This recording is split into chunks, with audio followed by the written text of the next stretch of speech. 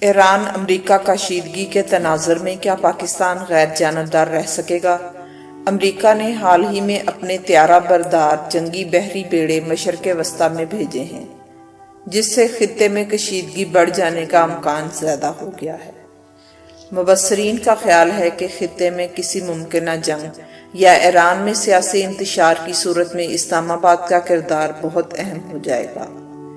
ماضی میں خطے میں ہونے والی جنگوں میں پاکستان نے واشنگٹن کا ساتھ دیا تھا۔ کالعدم سوویت یونین کی افغانستان میں فوجی مداخلت کے بعد پاکستان نے امریکہ اور سعودی عرب کے ساتھ مل کر افغان مجاہدین کی مدد کی تھی، اور پھر اشروں بعد 9/11 کے حملوں کے بعد بھی پاکستان نے افغانستان پر واشنگٹن کی فوجی چڑھائی حملے کے بعد بھی امریکہ کی مدد کی تھی۔ پاکستان خطے میں کسی نئے فوجی ایڈونچر کی حمایت نہیں کرے گا اور نہ ہی اپنی سرزمین کو تہران کے خلاف استعمال ہونے دے گا۔ پاکستان ایران کے خلاف جارحیت، تہران کی سفارتی تنہائی یا اس کے خلاف اقتصادی گھیراؤ کی کبھی حمایت نہیں کرے گا۔ تاہم ملکی سیاستدان اور تجزیہ نگار ایسا امید افزا منظر بھی پیش نہیں کرتے۔ ان کے خیال میں پاکستان کسی نئی جنگ کی صورت میں اپنی غیر جانبداری برقرار نہیں رکھ سکے گا اور واشنگٹن اس سے جانبداری کا مطالبہ کرے گا۔ امریکی کیمپ میں سعودی عرب بھی ہے، جس سے ہم مالی امداد مانگتے ہیں، جبکہ ہم IMF سے بھی رقوم مانگ رہے ہیں، جہاں امریکہ کا بہت اثر و رسوخ ہے۔ تو میرے خیال میں IMF سے کوئی پیکج ملنے کے بعد ہم امریکہ کو نہ نہیں کہہ سکیں گے۔ اس کے علاوہ سعودی عرب کی طرف سے امداد بھی مفت نہیں، اور وہ بھی چاہے گا کہ اسلام آباد تہران کے خلاف ریاض کے ایجنڈے کا حصہ بنے۔ پاکستان پہلے بھی ایرانی سعودی تنازعات میں ریاض کے قریب ہی رہا ہے۔ کیا ہم نے اسلامی عسکری اتحاد کی کمان نہیں سنبھالی جو سعودی مفادات کی نگرانی کر رہا ہے؟ تو اگر ہم اسلامی عسکری اتحاد کی فوج بنانے کے معاملے میں بھی اپنی غیر جانبداری برقرار نہیں رکھ سکے تو آئندہ ایسا کیسے کر سکیں گے؟ پاکستانی وزیر اعظم عمران خان نے حال ہی میں ایران کا جو دورہ کیا تھا، اس کے بعد سے کئی مبصرین یہ خیال ظاہر کر رہے ہیں کہ دونوں ممالک کے درمیان تعلقات انتہائی خوشگوار ہو رہے ہیں۔ تاہم کئی سیاستدانوں کے خیال میں پاکستان اب بھی ایک مضبوط سعودی اتحادی ہے۔ ہم نے تو پہلے ہی پاکستان کو عرب شیخوں کے ہاتھوں میں گروی رکھا ہوا ہے۔ سعودی عرب $3 ارب کی امداد دے رہا ہے اور سرمایہ کاری کی منصوبہ بندی بھی کر رہا ہے، تو یہ سب کچھ مفت اور بلا وجہ تو نہیں ہے۔ پاکستانی پارلیمان تو یہ کہہ چکی ہے کہ پاکستان کو غیر جانبدار رہنا چاہیے، لیکن اصل فیصلہ تو اسٹیبلشمنٹ نے کرنا ہے۔ اگر ہم ایران کے خلاف جنگ کا حصہ بنے تو اس کا مطلب ہمارے معاشرے کے لیے تباہی ہی تباہی ہوگا۔ پاکستان میں سعودی عرب کا گہرا اثر و رسوخ ایک حقیقت ہے۔ ملک کئی حوالوں سے خلیج کی اس قدامت پسند بادشاہت پر انحصار کرتا ہے۔ پاکستانی مزدوروں کی بہت بڑی تعداد وہاں کام کرتی ہے۔ سعودی عرب ادھار تیل پاکستان کو دیتا رہا ہے اور کئی مواقع پر اس نے اسلام آباد کی مالی مدد بھی کی ہے، لیکن سیاستدانوں کا خیال ہے کہ ان تمام نوازشات کے باوجود اسلام آباد کو غیر جانبدار رہنا چاہیے۔ اگر پاکستان نے جانبداری کی تو اس کے خلاف سخت مزاحمت ہو سکتی ہے۔ پاکستان میں 2 ہی فرقوں کی تعداد زیادہ ہے، سنی اور شیعہ مسلمان۔ تو اگر پاکستان نے ایران کے خلاف جانے کی کوشش کی، جو کہ امید ہے کہ حکومت نہیں کرے گی، تو اس کے خلاف ہر طرف سے مزاحمت ہوگی، جو فوج، سیاسی جماعتوں اور سول سوسائٹی ہر سطح پر دیکھنے میں آئے گی۔ جمہوریہ ایران کے صدر حسن روحانی نے کہا کہ ہم نے جوہری معاہدے کے رکن ممالک برطانیہ، فرانس، جرمنی، روس اور چین سے کہا ہے کہ تمہارے پاس 60 دن کی مہلت ہے اور اس عرصے میں آئیں اور مذاکرات کریں، اور اگر ان 60 دنوں میں کوئی اقدام نہیں اٹھایا گیا تو ایران مزید 2 اور فیصلے کرے گا۔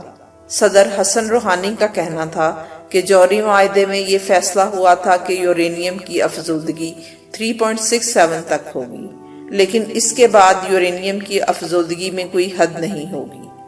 ایران کے صدر نے ایک بار پھر وارننگ دی کہ ہم نے جوہری معاہدے کے ممالک کو بھیجے جانے والے مراسلے میں واضح طور پر کہا ہے کہ اگر ان ممالک نے ہمارے آج کے اقدام کو بہانہ بنا کر ایران کے کیس کو سلامتی کونسل میں بھیجنے کی کوشش کی تو اس کا سخت رد عمل سامنے آئے گا۔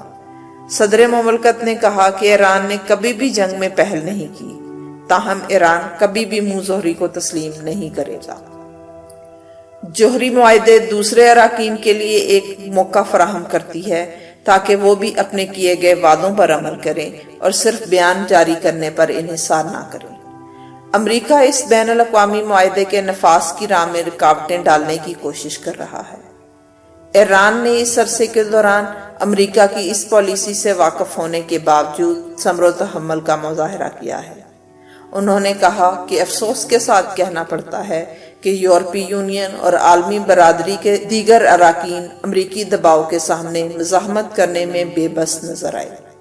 امریکہ کی طرف سے ایران پر عائد کی جانے والی اقتصادی پابندیوں کے بعد تہران نے ملک میں موجود 30 لاکھ افغان مہاجرین کو ملک سے نکالنے کی دھمکی دی ہے۔ تہران افغان پناہ گزینوں کے حوالے سے اپنی پالیسی تبدیل کرنے پر مجبور ہے۔ اگر ملک پر اقتصادی دباؤ مزید بڑھتا ہے تو ہم افغان پناہ گزینوں کو ملک سے باہر نکال دیں گے۔ امریکہ کی طرف سے عائد کردہ پابندیوں اور اقتصادی دباؤ کے بعد ہم لاکھوں افغان تارکین وطن کا بوجھ اٹھانے کی صلاحیت نہیں رکھتے۔ اس وقت ایران میں 30 لاکھ کے قریب افغان مہاجرین آباد ہیں۔ ان میں سے 10 لاکھ کام کاج اور کاروبار کرتے ہیں۔ ایران میں افغان مہاجرین کے طلباء کی تعداد 4,68,000 ہے، جو ایرانی طلباء تعلیمی اداروں میں مفت تعلیم حاصل کر رہے ہیں۔ ان سے ہر طالب علم پر ایران سالانہ اوسطاً 600 یورو کے مساوی رقم صرف کرتا ہے، جبکہ ایرانی جامعات میں زیر تعلیم افغان طلباء کی تعداد 23,000 ہے اور تہران کو ان میں سے ہر ایک کے لیے سالانہ 15,000 یورو خرچ کرنا پڑ رہے ہیں۔ امریکی پابندیوں کے بعد ایرانی پیٹرولیم مصنوعات کی فروخت صفر ہو گئی ہے۔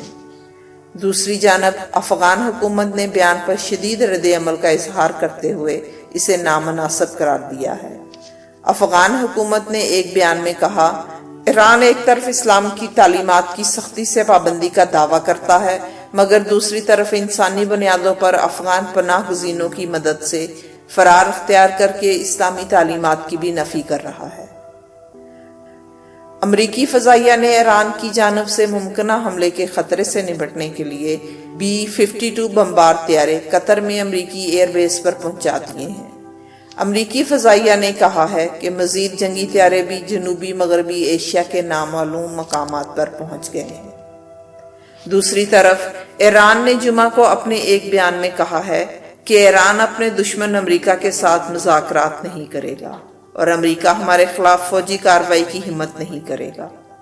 ہماری قوم امریکہ کو ایک ناقابل اعتماد ملک کے طور پر دیکھتی ہے۔ واضح رہے کہ جمعرات کو امریکی صدر ڈونلڈ ٹرمپ نے ایرانی رہنماؤں سے ملاقات کی خواہش کا اظہار کیا تھا۔ انہوں نے کہا تھا کہ وہ چاہتے ہیں کہ ایرانی رہنما انہیں فون کریں اور جوہری ہتھیاروں کے متعلق مذاکرات میں بات چیت ہو۔ گزشتہ اتوار کو امریکہ نے اعلان کیا تھا وہ اپنا ابراہیم لنکن نامی جنگی بحری بیڑا اور بمبار طیارے خلیج فارس بھیج رہا ہے تاکہ ایرانی حکومت کو واضح اور کھلا پیغام بھیجا جا سکے کہ ہمارے اتحادیوں کے مفادات پر کسی بھی قسم کے حملے کا طاقت کے ساتھ جواب دیا جائے گا۔ گزشتہ ماہ امریکہ کی جانب سے ایران سے تیل کی خریداری پر 5 ملکوں بشمول چین، انڈیا، جاپان، جنوبی کوریا اور ترکی کو دیا گیا عارضی استثناء ختم کرنے کا کہا گیا تھا۔ امریکہ کی طرف سے لگائی گئی ان پابندیوں نے ایران کی معیشت کو بری طرح متاثر کیا ہے۔ دوسری جانب ایران نے امریکی پابندیوں کے خاتمے کے لیے 60 دن کا وقت دیتے ہوئے کہا تھا کہ اگر ایسا نہ ہوا تو ایران یورینیم کی پیداوار میں ایٹمی ہتھیاروں کی تیاری کی حد تک اضافہ کرنا شروع کر دے گا۔ ایرانی صدر کے اس بیان کے جواب میں اقوام متحدہ نے ایران کو بین الاقوامی قوانین کی پاسداری کرنے کی تلقین کرتے ہوئے کہا تھا کہ امریکی پابندیوں کے باوجود اقوام متحدہ ایران کے ساتھ تجارت کرتا رہے گا۔